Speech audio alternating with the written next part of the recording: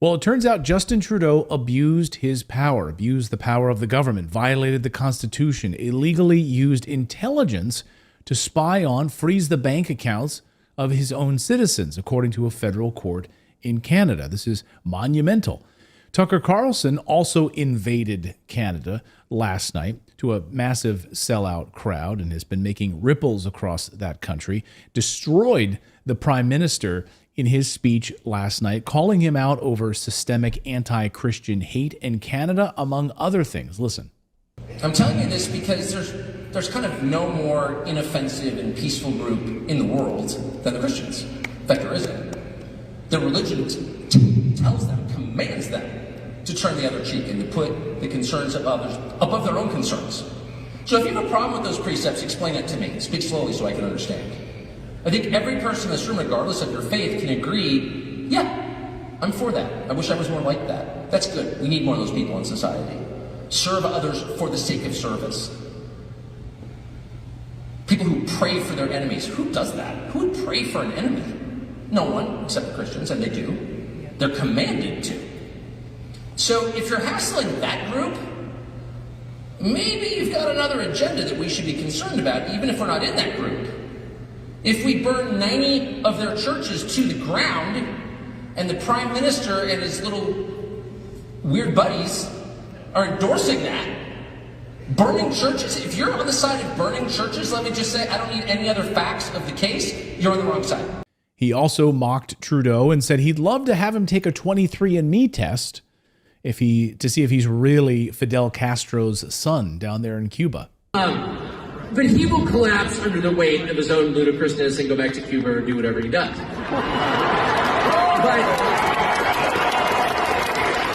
what? You know, I don't know if that's true or not, but it's just too great to check. Though if I ever meet him, I'm going to demand a 23andMe, like right away. Joining me now is Canadian journalist David Creighton, who's been tracking and writing extensively about Trudeau's criminal behavior and the abuse of power of the government there in Canada. And David joins us now. David, welcome to the show. Nice to be back, Clayton.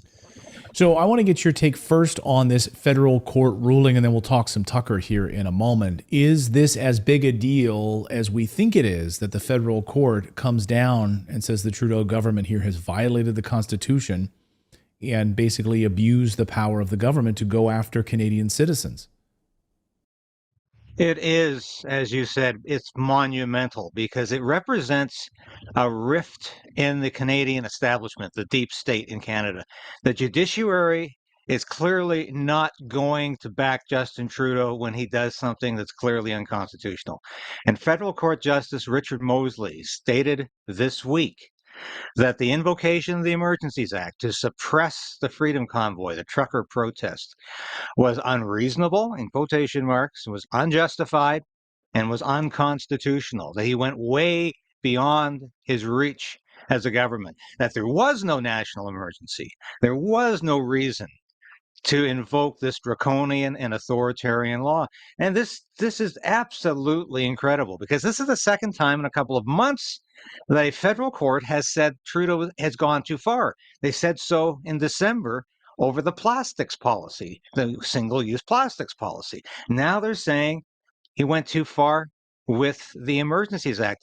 And this is galvanizing supporters of people who say enough of Justin Trudeau from a lot of different political movements, a lot of different political parties, but it certainly is helping Conservative leader Pierre Poilievre, who supported the Freedom Convoy initially, kept supporting that Freedom Convoy, has been under tremendous pressure by woke politicians in his own party to go against that Freedom Convoy, but this has justified his courage in saying they were right and Trudeau was wrong. And so this is a huge, huge decision.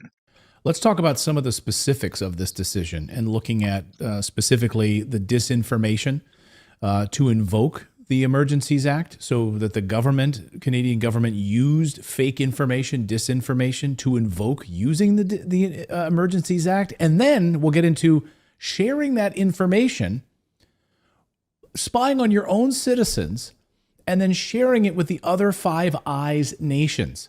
I mean, to me, that is treasonous. That is treasonous behavior.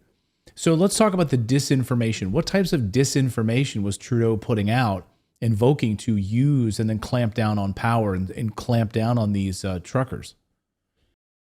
Well, for the viewers who aren't aware of the Five Eyes, those are the great English-speaking democracies. These are the bulwark of freedom in the world. United Kingdom, United States, Canada, Australia, and New Zealand. And they routinely share information. Well, it seems that they routinely share disinformation as well. And they are actively working against populist movements, small c conservatives, libertarians, anybody opposing this globalist agenda. And what kind of disinformation were they sharing? Well, where have you heard this before? These populists are really white supremacists. They're really Nazis. They're really working for far right organizations. This kind of information was out there immediately in January 2022 when the Freedom Convoy descended upon Ottawa.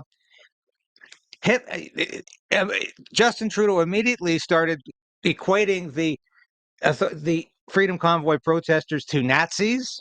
Mm-hmm. There was talk of Hitler. There was talk of these people being far right extremists, white supremacists. The same kind of language that you hear Joe Biden using against people in the United States who are opposed to his policies. When he uses the Justice Department and the FBI against school board parents who don't like critical race theory, when he uses the judiciary to persecute former President Donald Trump. This is the same kind of language that these people, anyone who opposes these globalist inspired governments, are somehow far right Nazis and white supremacists. White supremacists under every bed. And this was the information that immediately came forth when the Freedom Convoy started, and Justin Trudeau started using that language almost immediately. They were misogynistic. They were racist. These people were a fringe element. Once again, these are all buzzwords that are being shared amongst the Five Eyes, and it's all disinformation.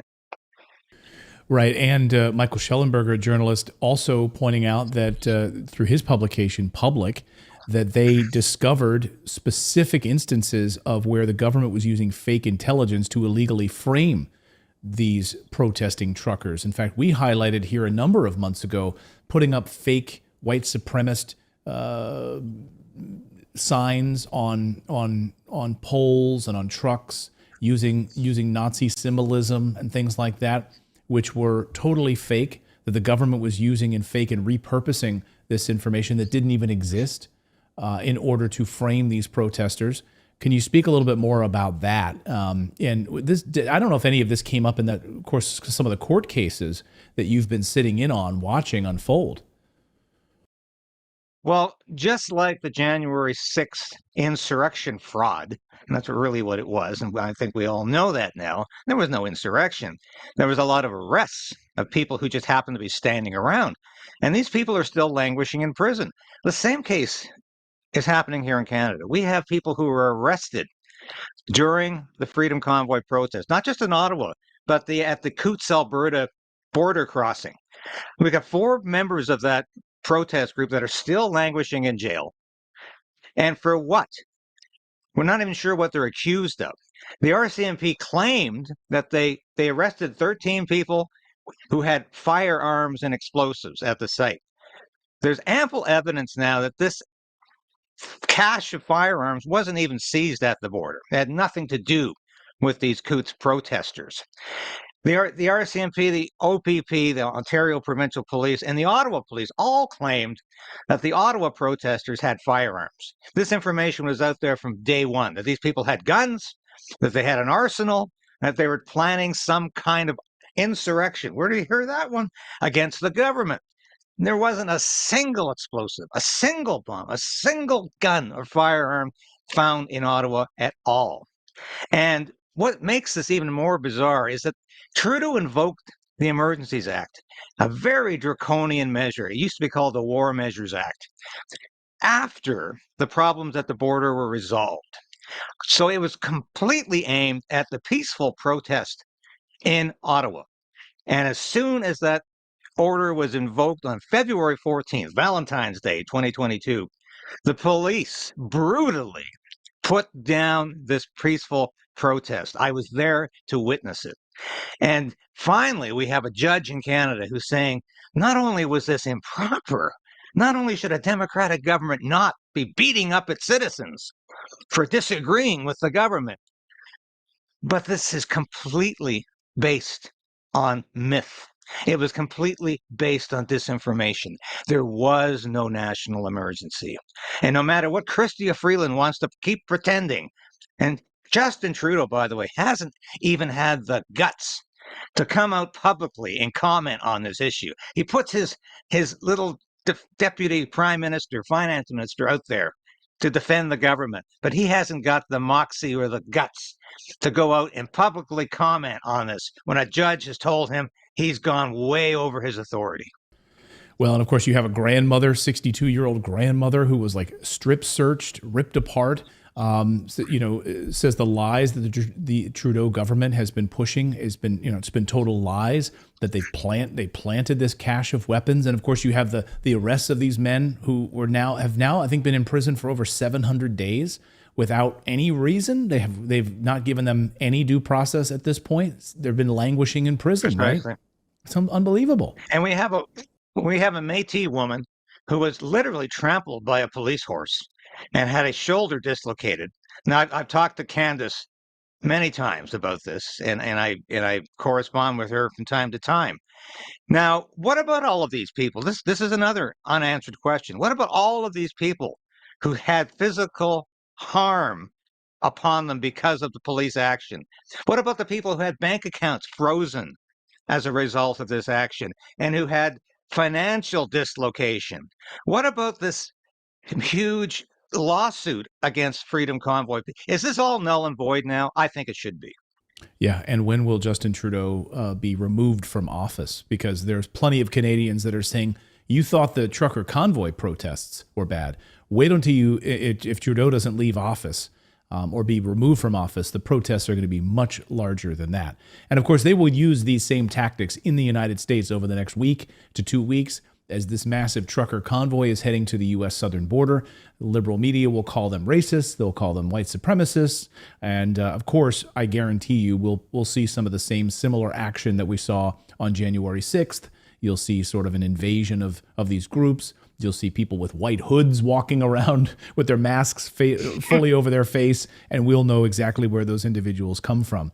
And all you need to do is look to Canada. Before I let you go, I do want to talk about Tucker Carlson. So, huge event last night. He beforehand made a joke calling Justin Trudeau's office before his arrival, saying we're coming to restore liberty, we're coming to liberate Canada, and we're on our way. Please let the Prime Minister know. And it was a huge speech last night. It was a packed house, and he really took some big shots at Trudeau, specifically on like Christian persecution in Canada, among other things. How was it received there in Canada?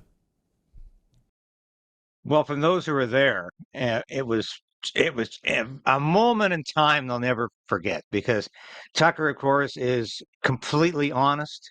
He's not afraid to say things that a lot of Canadian media are afraid to say. I'm not one of them, but they are. Right. And he's unapologetic. And he went after, of course, the comment about Justin Trudeau's possible connection to Fidel Castro. It's been a rumor from day one that his real father is Fidel Castro. A lot of journalists are even afraid to say that, but it's all over. It's been all over social media for the last 8 years. And Tucker, of course, mentioned that he made a lot of jokes about Justin Trudeau that would be considered beyond the pale by our very timid press corps here in Canada. But this is exactly what is needed. We need people like Tucker Carlson to shake up this establishment in Canada, to shake up a press corps that is often afraid to comment about reality, to be quite truthful about this, and is very afraid to go after Justin Trudeau. For whatever reason, this is a wounded politician, and with this decision this week, he is more in danger than ever of being forgotten and being completely marginalized as a leader. And this is something we can't forget. So Tucker was a hit. You can look at the social media response in Canada. It was tremendous. And people really appreciated this visit. Well, it was great to watch a lot of the chunks of the speech. So I know I know it was very well received from what I saw, and Justin Trudeau should be shaking in his boots, because I think in this speech plus this court ruling this week, this is an electric shock to the Canadian people. So, we stand with the Canadian people on this, and we hope that they manage to get this guy out of office as soon as possible. David Creighton, thank you so much. As always, great to see you up there in Canada, and we will talk real soon. Thanks so much, David. Thank you, Clayton. I really hope you enjoyed watching this video. YouTube thinks that you'll actually like this next video right here. It's personalized based on your own viewing habits. So if you watch the video, please leave a comment. Let us know what you think about it, and we will see you next time, everyone.